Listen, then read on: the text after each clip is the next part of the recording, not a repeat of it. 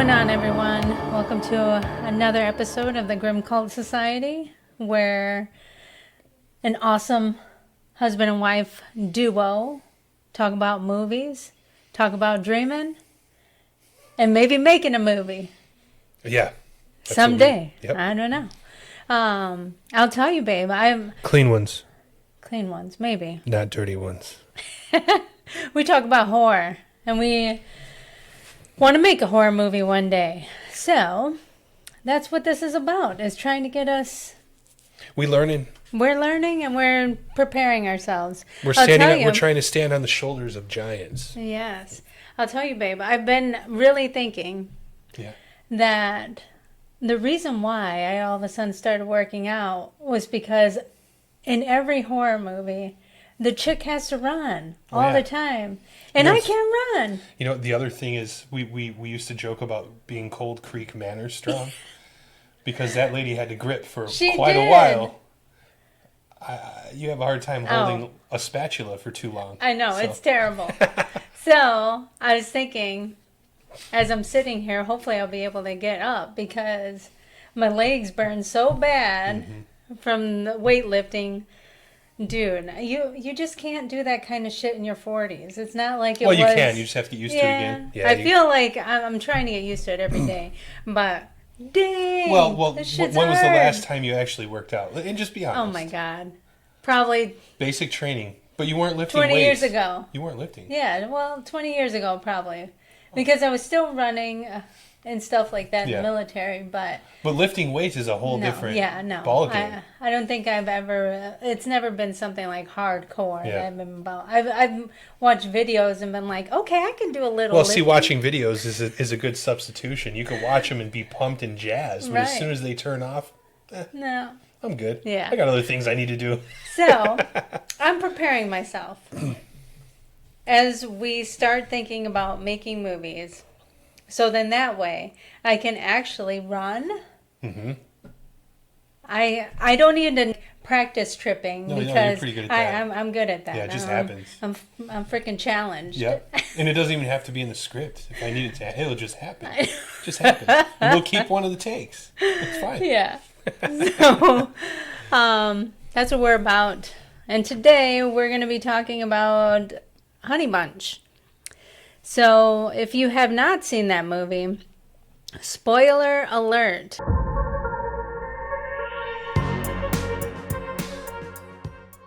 We will be talking about it, and I hope after a year... Definitely watch it before you watch what we have to say. Yes. Anybody spoiling this movie will destroy the movie for you. Right. You want to catch it, you want to see it for the first time without having any influence from the outside. Yes, so please, I would have been upset, actually, if I watched that movie and already had some foreknowledge. I would have been so upset. Me too. Because it was too good to do that with. Yeah. Yeah. It's a Shudder exclusive, and if you haven't seen it, please see it before you move forward with this video. Last chance. Last chance. Turn us off. Get us off your tube or your phone or and whatever then come we're back after. Come back after you watch it. If we're worthy of your time. Yeah, come back, watch it, have a beer with us. And you know, put some things in the comment of what you think, you know, are we right? Are we on the right track type of thing? Everyone has their own opinion, so, but that's what we're going to talk about today. When it was released in February 13th of 2026. So it's not. It's pretty new. Well, yeah, it's new. I mean, it's new.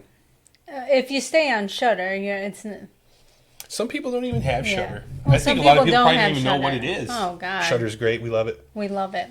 We love it. It has So we're it not has such a variety. By... No. Nor will we ever be, probably. But, Shudder has such a good variety. Yeah. Yeah, we like Shudder. We like a lot of things, but Shudder is one of the best. We do. So that's the movie we're going to be talking about, Honey Bunch. And it was definitely a movie that you do have to watch a few times to maybe get a different feel for it.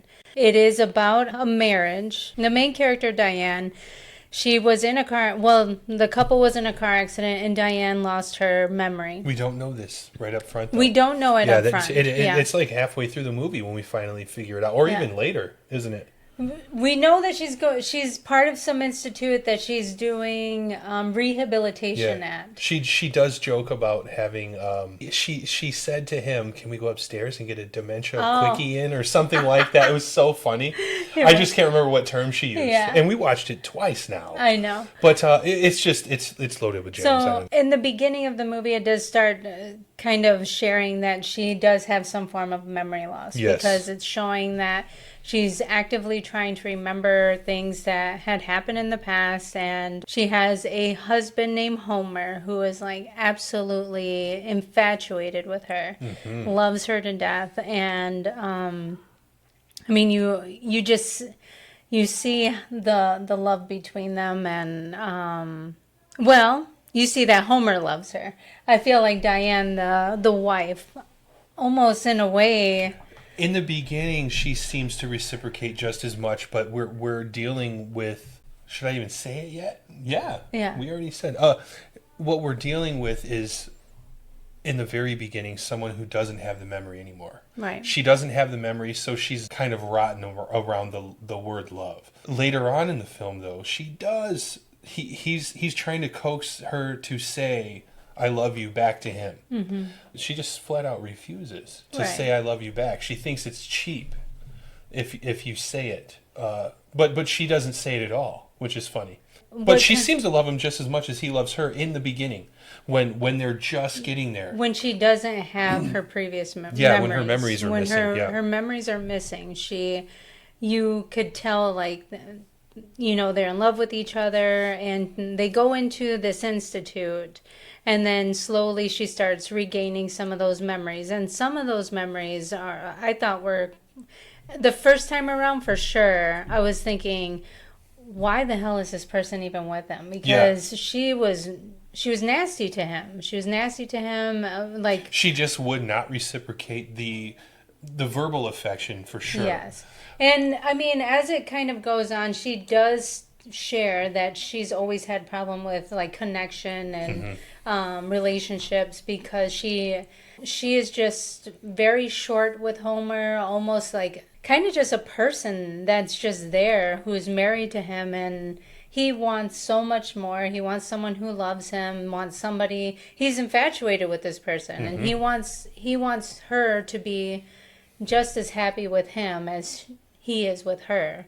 But the memories show that maybe they weren't a good match. Yeah, he was the carrier of the whole thing. But then the movie slowly churns into creepy.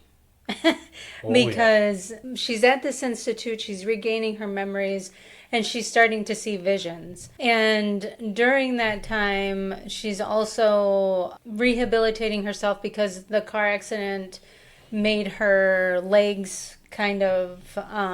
she injured herself. Yeah, she injured herself. She had like an obvious knee injury because they kept taping her knee. Yeah, and she just had a really hard time walking. Yeah. So, I mean, it's basically like rehabbing her into her old self, which she can't really remember who that is. It's got creepy kind of like jump scares a little bit. When you initially watch it, like I said, I don't know about jump scares. Well, you don't think that... Well, it scared the shit out of me. I don't think it's a jump scare as much as it's a surreal scenario. I don't know. The guttural noises coming out of whatever that person or thing was. So what he's talking about is she sees a vision. Is this what you're talking about? Yeah. Because it's not really jump scares, I would say. Well, it's like visions that are popping up that all of a sudden transfer scenes to something else, where... She's seeing things. Yes, that's she's kind of seeing what's happening. things. She's hallucinating. And she's seeing this lady who is like vomiting all over the place. Yeah, and she almost looks otherworldly. Yeah. She's a very... she's human, but she looks like she's not fully human. Yeah. But she doesn't look like an alien or something. It's hard to explain. The grunting and just... And it happens, and then all of a sudden it switches over really quick for you to see her. Yeah. She snaps out of it. She snaps out of it. That was creepy to me. Yeah. Oh, my God. It was creepy. I agree. I agree. And then just the ambiance of the movie. It's very, like, it's candle lit.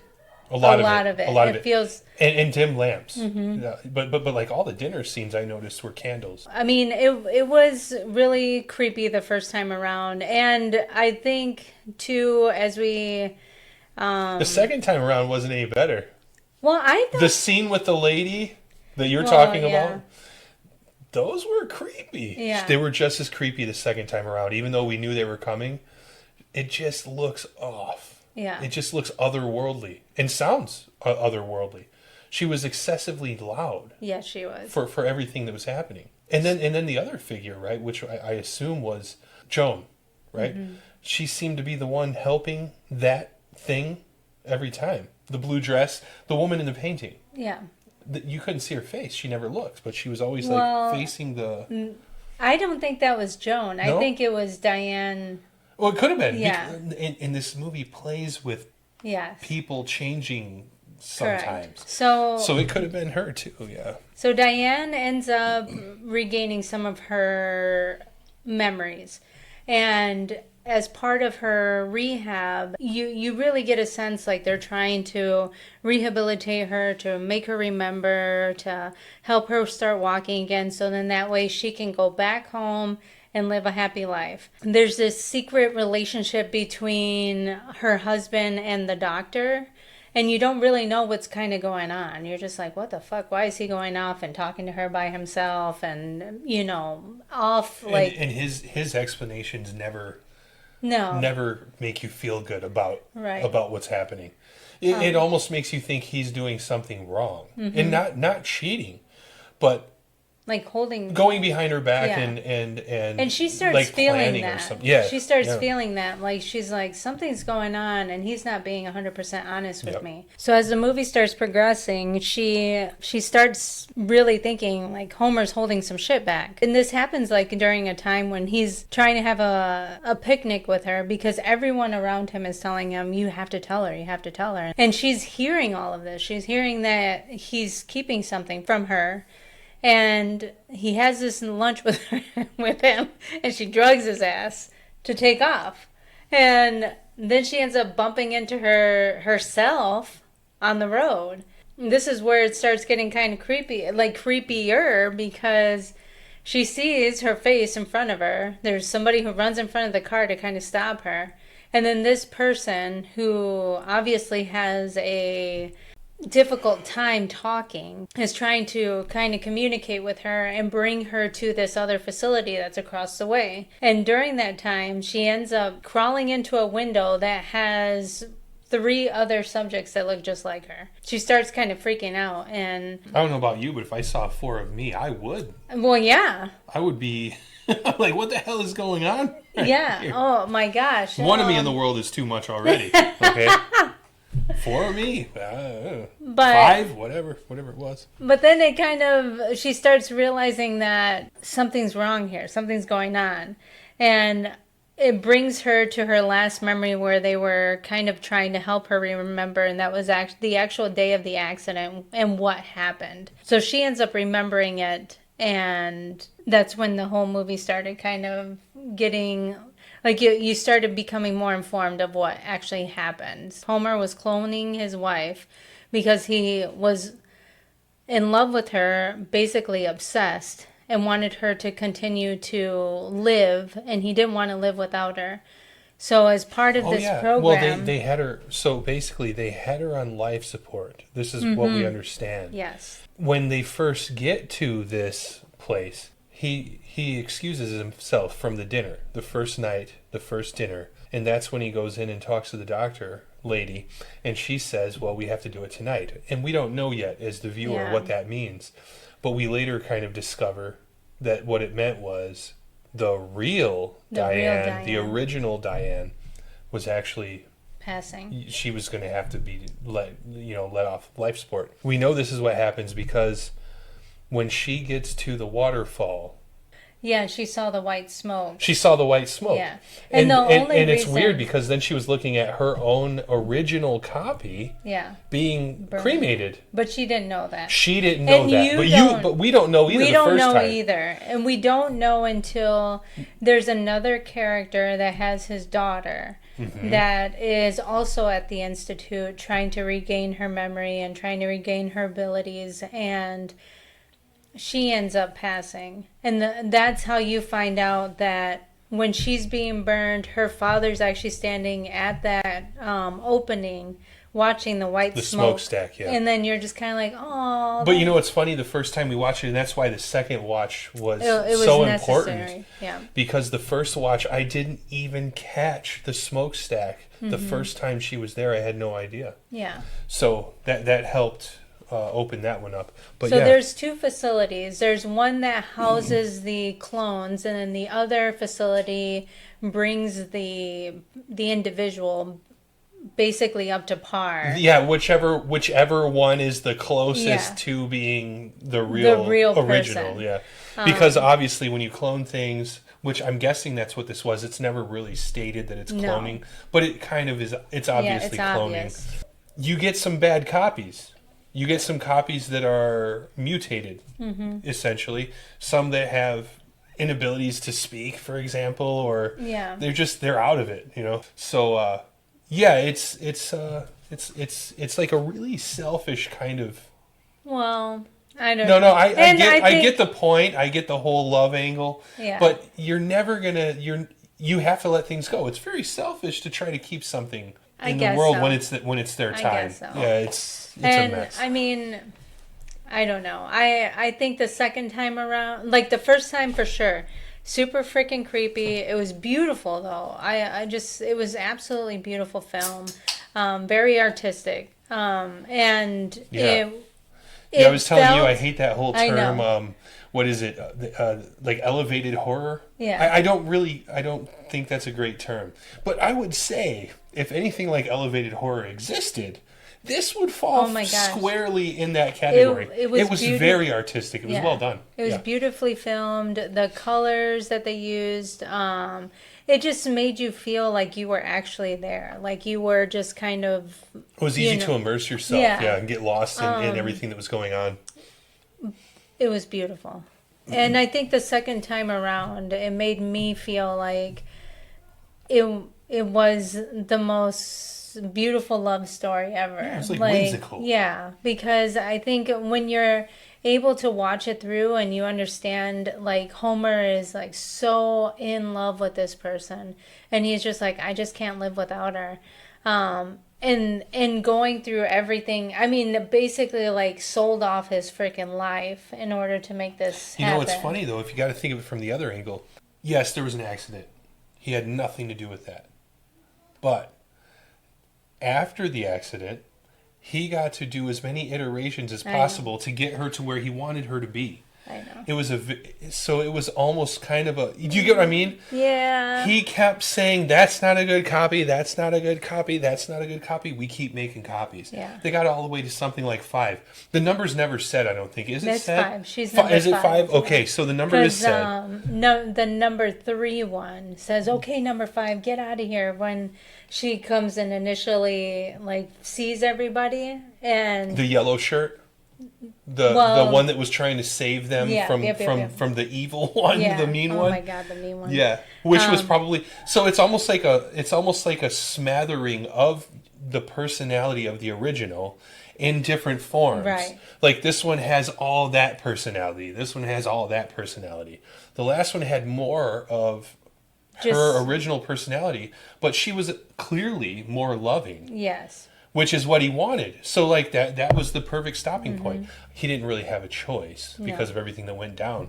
But he finally got what he wanted. Yes. But that is like, if you think about it in terms of real life, you cannot change a person to be who you want them to be. They're going to be who they are, and either you like that or you don't. Well, he seemed to like her the way she was, even though she wasn't reciprocating the love the way he wanted. Yeah. She was with him though. He should have been. He should have actually been okay with the relationship as it was, because that was just her. That was just how it was going to be. Yeah. So yeah, I think that's kind of a. I think as lovely as you see the movie being, there are some elements that are a little bit selfish, and I mean, if I kept trading you in because you're a mean person, you wouldn't like that very much, would you? No. No, Well, I'm I just don't kidding. know. I'm just kidding. I don't know. It made me think about just a lot of the. Well, I mean, the first movie that kind of popped out for me was What Dreams May Come, because of like that movie is similar in the sense of like viewing, like you see it and you're just like, geez, it's a really beautiful movie. Bright colors. Surreal. Yeah, Yeah. it was absolutely beautiful. But difference. The difference is in Honey Bunch, the copies they looked the same. Yeah. In What Dreams May Come, you were in hell, I think, Yeah. or purgatory, whatever the belief system of that movie was. I don't know what it was. Probably something Christian, yeah. right? The people that you came in contact with in the in between didn't look anything like. Right. But he did find his wife, But I think, and she did look the same. I looked at it more from the sense of, you know, Robin Williams' character in that movie did everything for love. And he said it, like, Oh, yeah. I'm obsessed with my wife. Homer was so obsessed with his wife, he could not let her go. And when I mean, obviously there's a difference between obsession and love. Like, You probably could do both at the same Yeah. time. I think you could absolutely love someone you're obsessed with. And, you know, is it healthy? Probably not. But do we know? Maybe. Well, you know? I think when you love another person, you recognize that person as a separate human being of yourself. Like, Oh yeah, but when and you're obsessed, you're when almost you're trying upset- to become Yeah, them. you want them to Yeah. be what you want Yep. them to be. And that's this. That's what he did. Yeah. Was like he's like I want my wife, but I want her to be more affectionate. And he got that, but it just I think when Too bad it took her dying I know. and then being cloned multiple times, resulting in a bunch of mutants. Really. Yeah, I think, you know, that's really, I took it as like a tragic love story, Yeah. like something that when you lose somebody that you love so much, you're just kind of like, how am I going to move forward and live and do things? But I know you mentioned that you had a lot of things that you were kind of, and it was definitely opposite of me because I was sitting here thinking, oh, tragic love story, blah, Yeah. blah. And then all of a sudden you're like, well, it could be this, and that. I'm like, what the fuck? I didn't even get that. Know, I just while watching the movie, it brought to mind other stories from the past that I've read and, you know, whatever experienced. But Bluebeard being one of them. You know the story of Bluebeard? No. Bluebeard was a high-end individual in a kingdom. And he married a wife. He married a woman. And, you know, he ended up having to do some business elsewhere, so he had to leave. And when he left her all the keys to all the rooms of the castle. And he gave her all the keys and an extra key, which he told her, you cannot use this key because you've got to stay out of that room. That room is off limits. Like Beauty and the Beast. I'm just kidding. Yeah. Yes. Well, no, that is like Beauty and the Beast. That's almost, yeah, that's very similar. The wife ended up going into that room anyway, as you would. You know, nobody's there to stop you. Mm-hmm. He gave her the key. Hello, Right. buddy. Just don't give her the key and don't say anything about it. But there were so many rooms in this castle that she never would have even gotten around to it. But by the time he got back, Yeah. he kind of brought it on himself. It doesn't matter. Anyway, she takes the key to that room, opens the room to find all of his dead wives. She drops the key. It gets dyed by the blood of the wives. He finds out that she went in the room. He was going to kill her too, but her brothers came, saved her, and then she inherited the kingdom. Clearly, there are some differences, but the Forbidden Room is definitely one of the themes here. He wasn't necessarily Bluebeard, but you get what I mean. Yeah. She should have stayed out of that room. When she got into that room, she didn't find dead wives. What she found was other clones of herself. Yeah. I mean, that definitely, because he was actively still seeing those people, the clones. He wanted them to stay alive. He Right. asked the doctor to Which is, keep it's them almost alive. like he was in, so he was literally in love with every Yes. version of this woman, even the ones that were evil. Kind of. Well, wrecked. Like that, Yeah. like number 2, she was completely, something was wrong with her. She had like edema everywhere. I don't know. And I think like that was the one he loved the most. Like Yeah. she was just, Well, she seemed so sweet. And that's where the other part of the story comes in. You can't have everything you want. Yeah. You have, there's give and take in a relationship. The living version was the version, right? This number 2 loved him just as much as he loved her. Yeah. They would sing songs together, all this Oh, it was so lovey-dovey cute. crap, right? But she was the one. Yeah. But she was messed up. Like, she was really messed up. She was like 600-pound life story. I don't know. Something was wrong with her.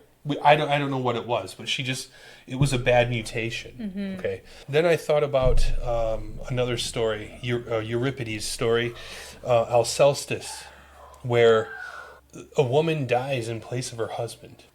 He lives with the guilt of allowing that to happen because he let her do this. He let her die in his place. It was a choice, and he accepted the choice to let her die.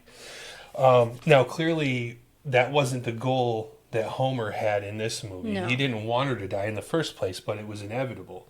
But what he did that was similar to this story, Admetus wanted his wife back. That's where Heracles comes in. Heracles goes into the nether realm. He battles with death itself and actually brings back His wife. Alcestis. Yes. And Like some Pet Cemetery shit? no, not like Pet Cemetery. In Pet Cemetery they bury they bury it in the magical, Indian burial ground, yeah. or the Native American burial ground, and then the pets somehow show back Yeah. up. But they're not the same. They're evil. Well, in this case, somehow this wife was okay with all this. She loved him so much that she was willing to die for him, and she did. And she still loved him when she came back. Heracles brought the woman back like he said he would. So in Homer's story, he's the one doing it all the time. Well, actually, the doctor, Trephine, Yeah. she continuously is bringing other versions of Diana back. But it's not a one-for-one trade. The Euripides story and this story, they're not the same, but it feels like there are some elements that are intertwined a little bit. And then the last one for me, did you have any ideas or any No, thoughts on I don't that know one? how the hell you keep all this shit in your noggin. Well, I don't. I mean, I have vague memories. I have to go. I did go and I reread some of this stuff because I don't remember the stories that well. But there was another one. There's a biblical story in the book of Samuel, the first Samuel book.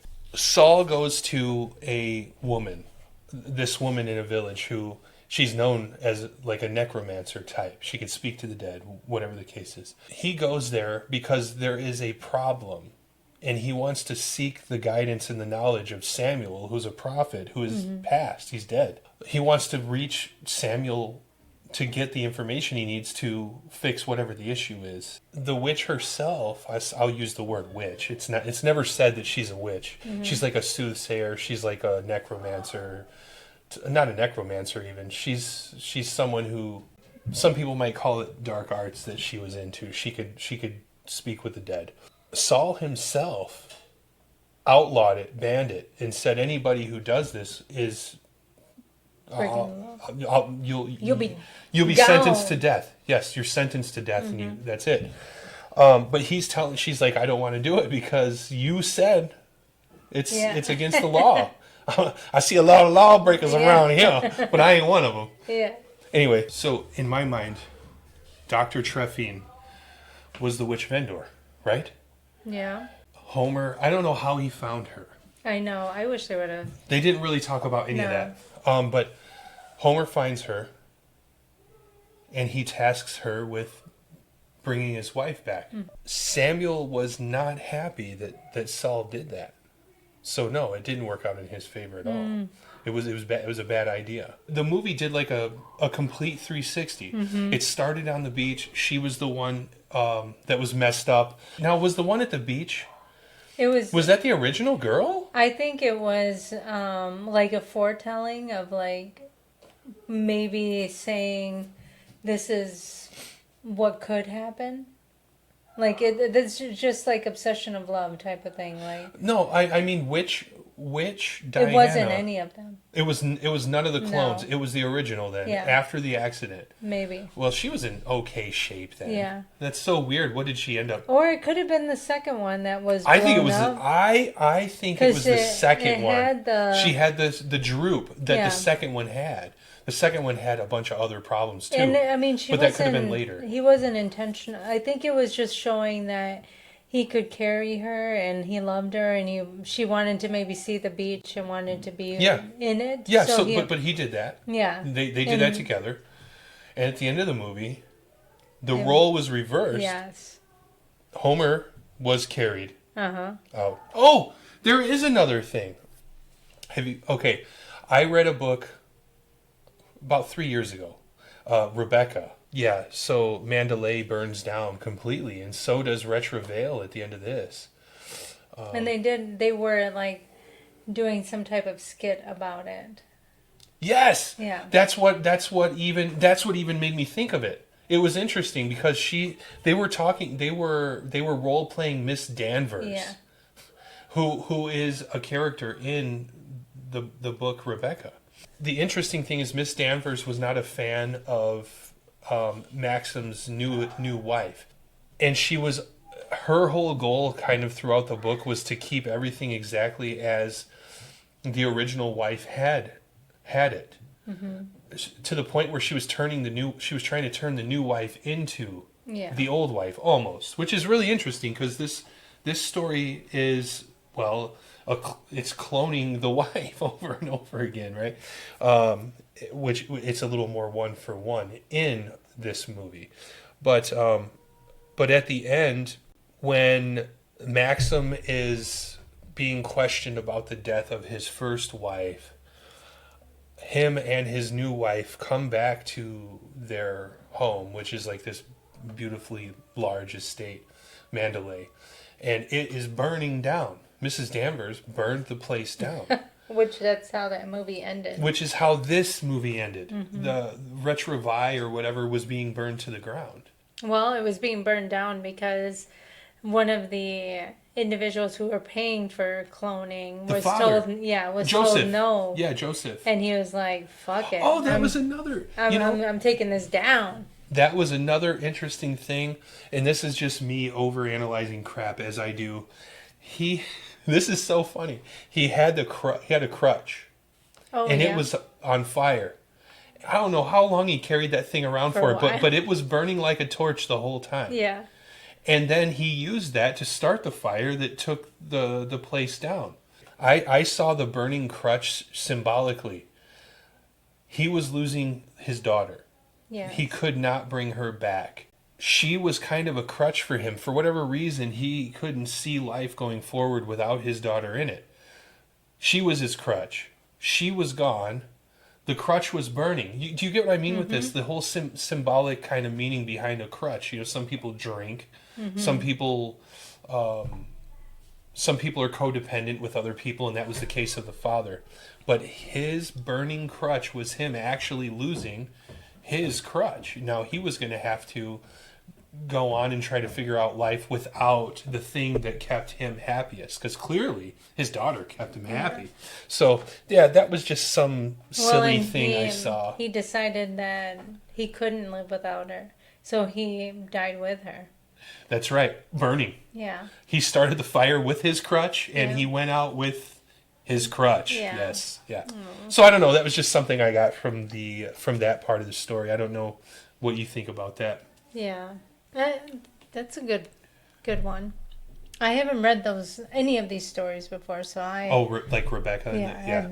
I've got it. It's right over there. Maybe we can read that one next. Maybe. Yeah. Can you love somebody really and still be selfish and do this kind of stuff? I think it's wrong. Personally, Yeah. I don't think you would. No, I would not. You lose the person loses their autonomy as Well, to what you even let me ask you this. originally loved them about. Do you want to die? Do you want to die? No. Okay. Do you want to die twice? Oh, I know. Do you want to die 3 times? No. The answer is no. You don't want to die at all. But when you do die, you probably don't want to have to go through that again. Yeah. So when you die, that's it. don't try to bring me back. You know, let it go. And clearly you're not going to get you won't get exactly what was there to begin with. Right. And any of the flaws that person had now, the new version of that person, could be worse, you know? It's definitely not going to be the same person. You're not going to get the same person. You may not even be compatible with whatever this thing is that you decide you want to bring. That's my opinion, of course.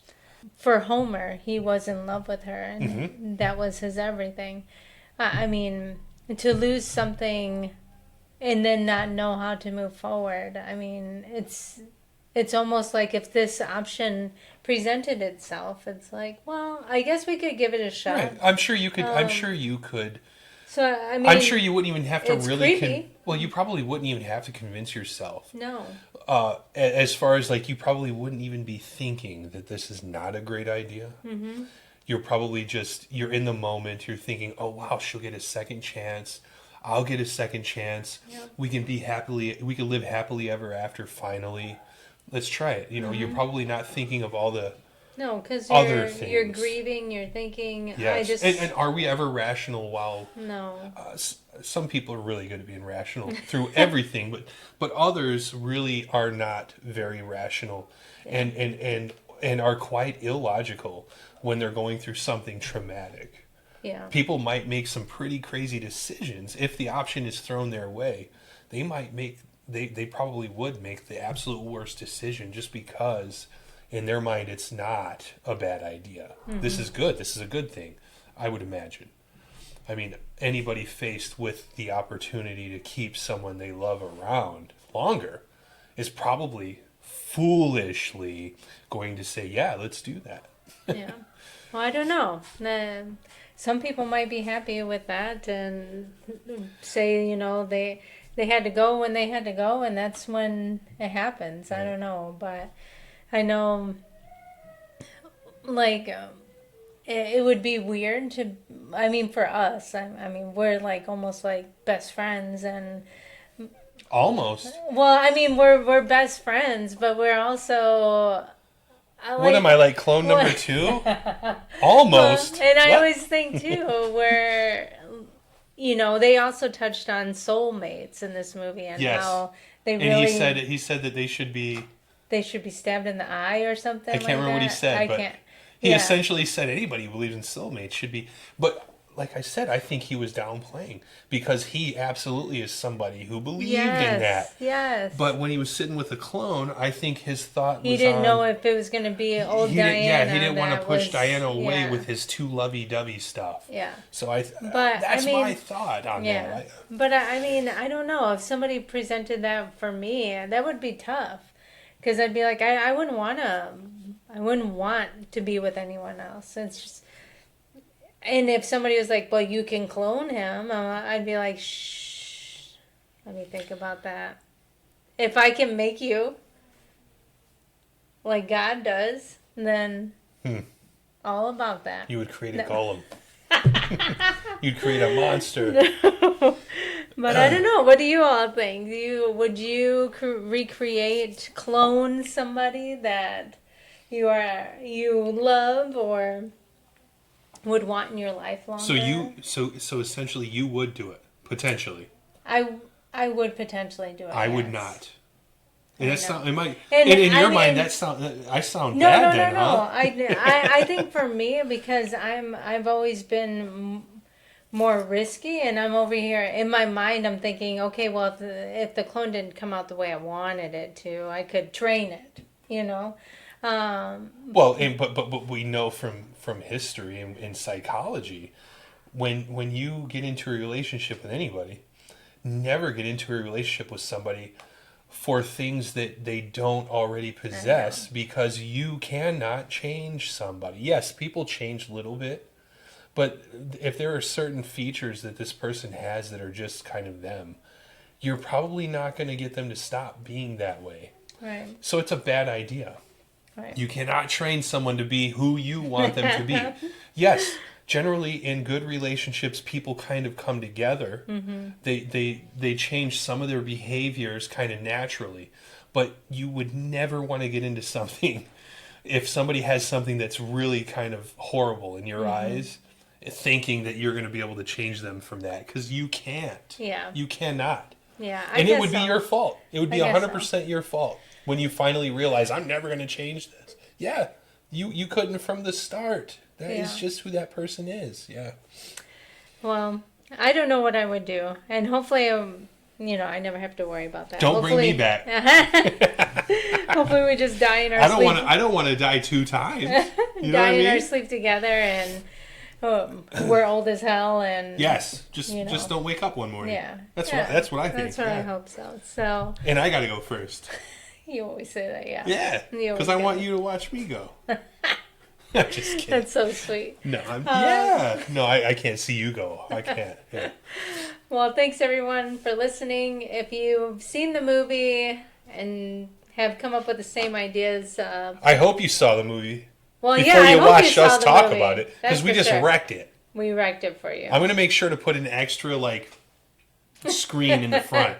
Do not watch this if you haven't watched the movie. We will ruin it for you. We will ruin it. We'll ruin it. Great movie. It was a great movie. And would you bring somebody back? And I've never heard of these directors. No, I've never heard of these people, and man, just it was great. Probably my favorite movie so far since we started doing this. Yeah, and we've seen some good ones, but this one's by far number 1 for me. It's my number 1. Sorry, I keep cutting you off. Go ahead.